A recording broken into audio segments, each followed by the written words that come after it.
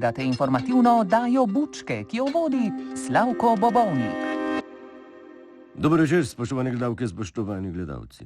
Na ljubljanskem temeljnem sodišču se je začel težko pričakovani proces, v katerem Janez Janša, Igor Bavčar in Tone Krkovič od sodišča zahtevajo, da se njihov projekt osamosvojitve Slovenije prizna kot avtorsko delo. Ja, dobro ste slišali. Trojka osamosvojiteljev toži to isto državo, ki so jo nekoč osamosvojili. Poglejmo najprej, kaj se je danes dogajalo pred sodiščem. Janša se dvigne, Janša se dvigne, Janša se dvigne, Janša se dvigne. Mi smo koncept osamosvojitve patentirali že leta 1991. Vse od plebiscita, 10-dnevne vojne in mednarodnega priznanja.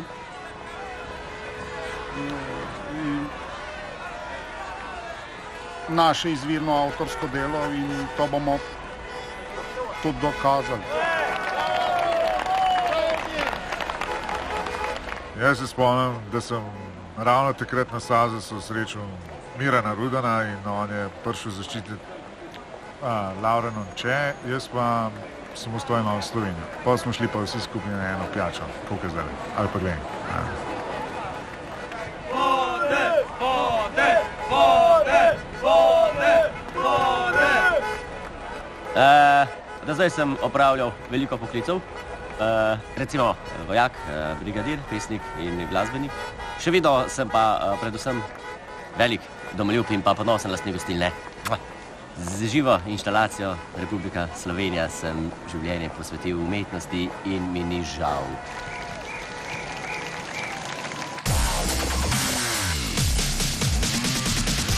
Pred sodiščem je zdaj v živo z nami kolegica Latoja. Čau, Slavko. Povej, kaj pravijo pravni strokovnjaki, kakšne so možnosti, da trojka uspe s tožbo? Večina pravnikov, s katerimi sem govorila, so mnenja, da bo pri tako kompleksni zadevi, kot je bila osamosvojitev, izredno težko dokazati avtorstvo. Zakaj je to težko? Predvsem zato, ker v zakonu o avtorskih in sorodnih pravicah piše, da so avtorska dela opredeljena kot individualne intelektualne stvaritve z področja književnosti, znanosti in umetnosti. Torej pravniki menijo, da politično-vojaški dosežki nimajo veliko skupnega z avtorskimi pravicami. Zagovornik trojke Franci Matos pa ima o tem čisto drugo teorijo. Tako da poudarim lahko samo še enkrat, nikjer v tožbi se tožniki ne sklicujejo na politiko, vsi po vrsti trdijo, da je bila osamosvojitev izključno umetniški projekt.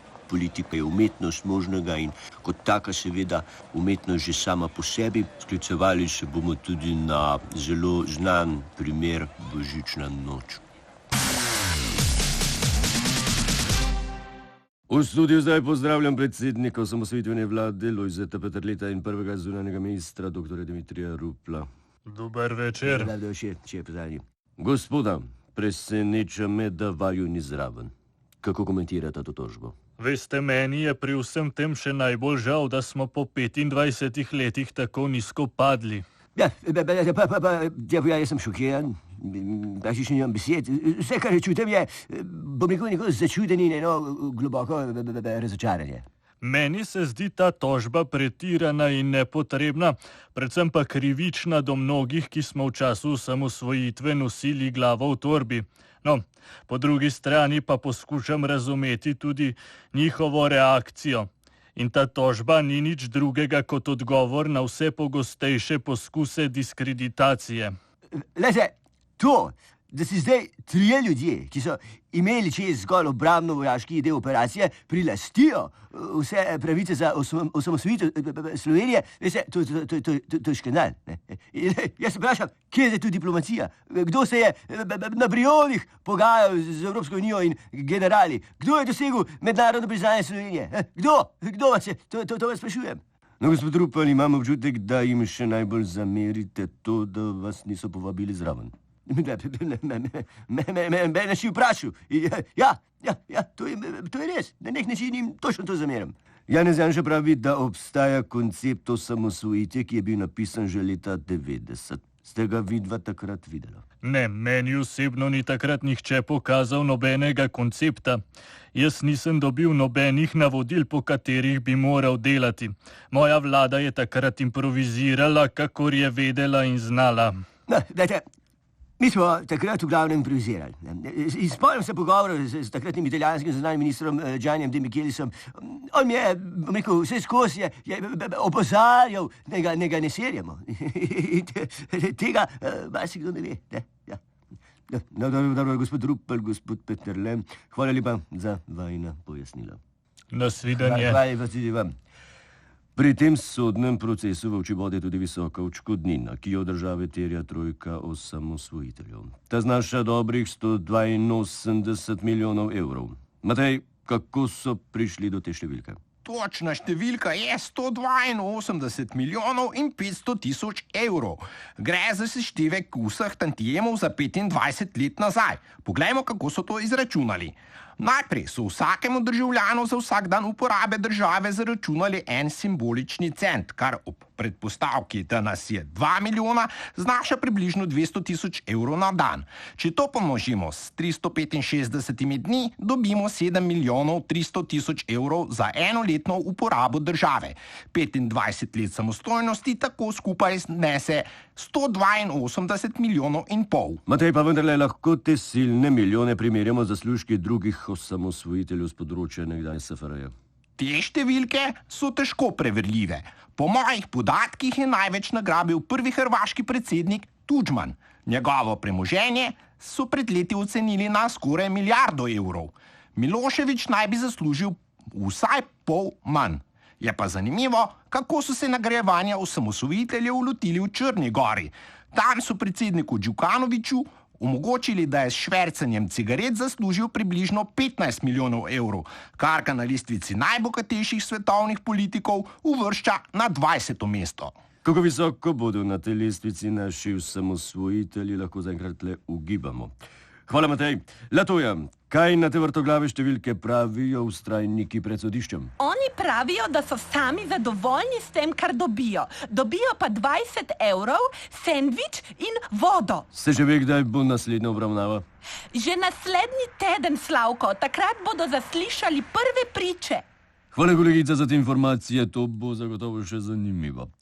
Sicer pa so bile danes oči svetovne javnosti uprte na Kitajsko, kjer so se voditelji držav G20 pomerili v vsakoletnem preverjanju znanja. Po lanskem incidentu v Turčiji, ko so protestniki pod oknom svojemu predsedniku skandirali pravilne odgovore, je letos kitajski gostitelj na začetku preverjanja postavil zelo stroga pravila.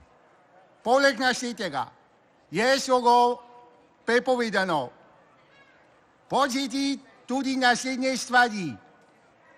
Zapustiti dvorano med preverjanjem, prepovedano je večji bombo na izpitno polo ali jo politi z rdečim vinom oziroma kislino ali čem podobnim. Želim vam srečo. Počasi lahko odprete polo in začnete. Imate 3 ure. Začnite zdaj.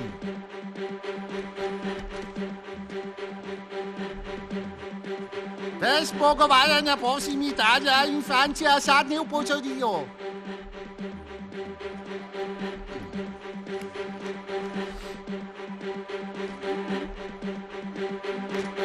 Dobro, to si na razglasitvi rezultatov. Prosimo, vstopajte v koloni. Hvala.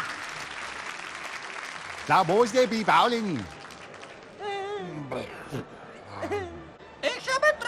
Ich habe auch drei gemacht. Ja, das ist korrekt. I always put the answers under my turban. It's one of the best places to hide. You know. Смажи зритель. Агент Дмитрий Жема ваш тест, агент Борис равно кар поправля ваши отговоры. Да бы справа писала. А? Права писала. Я си веда. Велики чрка. А ви Велики знаете, свинчи. все мора бити прав. Усе. Dame in gospodje, sledi uradna razglasitev preverjanja znanja. Čau vas moram obvestiti, da je kolega Erdogan pomotoma saparu vzel učitelje. Zato rezultatov še nimamo. Kaj se dogaja z napovedano zdravstveno reformo? Se bo po tragičnem dogodku Izoli kaj spremenilo? Bo moral zaradi dolgih čakalnih vrst še kdo umreti? Na ta vprašanja je na današnji izredni tiskovni konferenci odgovarjala ministrica Milojka Kolar Celarc. Ja, gledajte, dogovorili smo se, da gre naš predsednik vlade v Nemčijo in pripelje gorskega zdravnika, ker problem čakalnih vrst pri nas lahko rešita. Sem dva, to sta Chuck Norris ali pa Bergdoktor. Če povem, da sem podpredsednik za Bergdoktor fanklaba Slovenije, pa je tudi jasen, koga pričakujem in za koga sem se danes uštimal, sem se zdaj še čežajf umiva. Predsednik vlade je upošteval predlog ministrice in se medtem srečal z nemško kanclerko Angelo Merkel. Na obisku, ki ni trajal več kot pol minute, sta uredila vse potrebno za prestop Bergdoktorja z nemških hribov v Slovenske gore. Ja. Dobar dan želim. Ja, hallo, Herr Zerrer, haben Sie hier Geschäft zu machen? Seveda. A bi se dal Bergdoktor dobiti? Ja, aber natürlich, Bergdoktor, ja doch, gehen wir rein jetzt. Ja. Also hier ist der Bergmanager. Ja. Jetzt sagen Sie mir, Miro, was bekomme ich dann, wenn du der Bergdoktor bekommst? Ja, male sive celice. Was? Kleine graue Celizen. Ach so, also ohne Paule Raunochrieb geht es nicht. Ja. Paule ist ein Muss, verstanden? Jawohl. So, gut, mit ins Geschäft zu machen, Hvala ja. lepa. Tschüss. Natürlich. Wiedersehen. Tschüss. Tschüss. Tschüss, Idioten. Novica o prihodu gorskega zdravnika je pri nas povzročila pravo evforijo. Kot vidimo na posnetkih, so v gorah nastale nepregledne kolone pacientov. Med njimi smo opazili tudi prvega predsednika Milana Kučana. Jaz sem bil tukaj v vrsti med prvimi v ambulanti danes. Prišel sem zaradi sebe. Vsi pravijo, da bo Bergdoktor vsak trenutek tukaj, zato predlagam vsi, ki so utrujeni od sonca, en kozarček vode, malo senčke, pa malo svežega zraka, kajti danes so dovoljene vrste, jutri bo slabo vreme. Vsem pacientom, ki se boste jutri odpravili v gore, priporočam, da se toplo oblečete. Sledi pogovorni žov Marcela Štefančiča, to je njegov zadnji tango. Ok, spoštovani gospod predsednik, gospoda Načkofa, koliko je vredna blagovna znamka Helena Blagne, mi bo tukaj in zdaj pojasnila njen lastnica Helena Blagne. Živo! Dober večer, Marcel. Ok, najprej bi se ti zahvalil, da si sploh prišla v bučke, ne zelo težko te je dobiti, ne? Ja, to drži. Zadnja leta bolj poredko nastopam na slovenskih televizijah, ampak zate sem naredila izjemo. To zato, ker te cenim, ta intelektualni naboj, ki ga imaš v sebi. Ok, dobro, da je vstal konje, ne? Helena, nisem te povabil zato, da me zdaj tapkala po ramenu, ne? No, oprosti, Marcel, ampak tega je na naših televizijah absolutno premalo. Posod se samo krigajo, eden drugega diskreditirajo, en drugega pa ne znamo več pohvaliti. Nobene pozitivne energije. In še enkrat bom rekla, Marcel, ti si car. Ok, dobro, hvala, daj pol intervjuja so govorila o meni, dejva še kaj povedati o tepne. No pa dejva. Ok, da Helena Blagne si registrirala kot blagovno znamko, ne Helena Blagne, odslej ni več sam pevka, ampak je brand. Tako je. Gre za premišljeno poslovno potezo, ne? Ker menim, da izvajalcu na koncu njegove poti ostanejo resnično samo ime, integriteta in glasbena dediščina. Ok, ampak povej mi, pred kom si se zaščitila, ne? No, pred komarji gotov ne, ne? Ok, daj to pomeni, da si zdaj dejansko zaščitena kot kraški teran, ali pa kranjska klobasa, ne? No, kolikor je meni znano, ima ta kraški teran in kranjska klobasa zaščiteno geografsko poreklo, ne? Kaj, ti ga nimaš? Ne, seveda ne, ne? Se jaz nisem klobasa, ne? Jaz sem svoj brand, zaščitila na uradu za intelektualno lastnino. Dobro, ampak vse lahko bi recimo prodajala klobase pod blagovno znamko Helena Blagne, ne? Res je, marsikaj bi lahko prodajala pod svojo blagovno znamko, a v tem zaenkrat še nisem resno razmišljala, ne? Ta trenutek sem zadovoljna že s tem, da drugi brez mojega dovoljenja ne morejo prodajati stvari, ki vključujejo moje ime. Ok, dobro, to bi jaz, ampak kaj konkretno bi rada dosegla zaščito lika in dela Helena Blagne? No, predvsem to, da se nekateri nehajo koriščati na moj račun. Ok, dovolj dober razlog. Koliko milijonov boš s tem prihranila? Lejte, se sploh ne gre za denara, ne? Tukaj gre bolj za okus, pa etiko. Preprosto ne more vsak, ki ima 5 minut časa, imitirati Heleno Blagne. Ok, dobro, povej za konec, Koliko je vredna blagovna znamka Helene Blagne? Uf, pojma nimam, lejte. Zagotovo ima svojo ceno. Kaj, več kot kranjska klobasa ali pa kraški teran? Si pa našel primerjavo. Reciva, da je to zaenkrat poslovna skrivnost. Helena, hvala, ker si bila moja gostja. Že konec. Hvala tudi tebi, ker si mi odstopil svoj stol, da sem lahko pokazala svoj lepši profil. Ok, spoštovane gledalke, spoštovani gledalci, to je bila Helena Blagne iz lepega profila, mi pa se vidimo naslednji teden v istem času in istem kanalu. Živijo, Dio, hvala, ker si bila, thanks. Smo že pri športu, pozdravljam Zmago. Dobre večer, Slavko. Kakšne novice prinašaš? Ne dobre, ne slabe, ampak nogometne. Selektor Katanec je namreč danes razkril taktiko pred prihajajočo tekmo Slovaško. Tomáš Prebil, Bratislava. Co to máte taktikou slovenské nogometné reprezentace? No, kak budete ustavit náš Marek Hamšík? Mi strategijo imamo, strategija je, kar se tiče tekme, je enostavna, vsi zamenjujejo Slovenijo in Slovaško, tako da noben ne ve, kjera je kjera, ker mi, ne glede na to, koga se bo zgodil, bomo poskušali ustrajati. Da smo oni, ki so dali več gol. Kar ko se zgodi, mi bomo ustrajali, da smo zmagali, fantje vejo, da je treba drese čim prej zamenjati, da ne bo vedel se, kdo je kdo, ne. Ker jaz tudi cifre ne poznam zelo dobro, ne, od vseh igralcev. Dva najboljša nogometaša na svetu, Cristiano Ronaldo in Lionel Messi, sta na igrišču nasprotnika. Zasebno pa, tega marsikdo ne ve, družinska prijatelja. Hočete dokaz? Tu ga imate. Živo, Vzemo Gober, vse sem ti rekel, zlato žogo, zlatnino, baštekec. Koga bozas? Poslušaj, imamo, ona ve. In pol bo sam prstan dol potegneš. Tako je. Kje je bakar? Pokaż, kje je bakar? Tamo je bakar. Tamo je bakar. Ja, tamno je šla strička, lega. Kje je zlatu? Ajde, pokaž, kje je zlatu. Omaš zlatu, lega strička. Tam so zlebovi. Ja, lega bakar, velik bakar ima, lega bakar.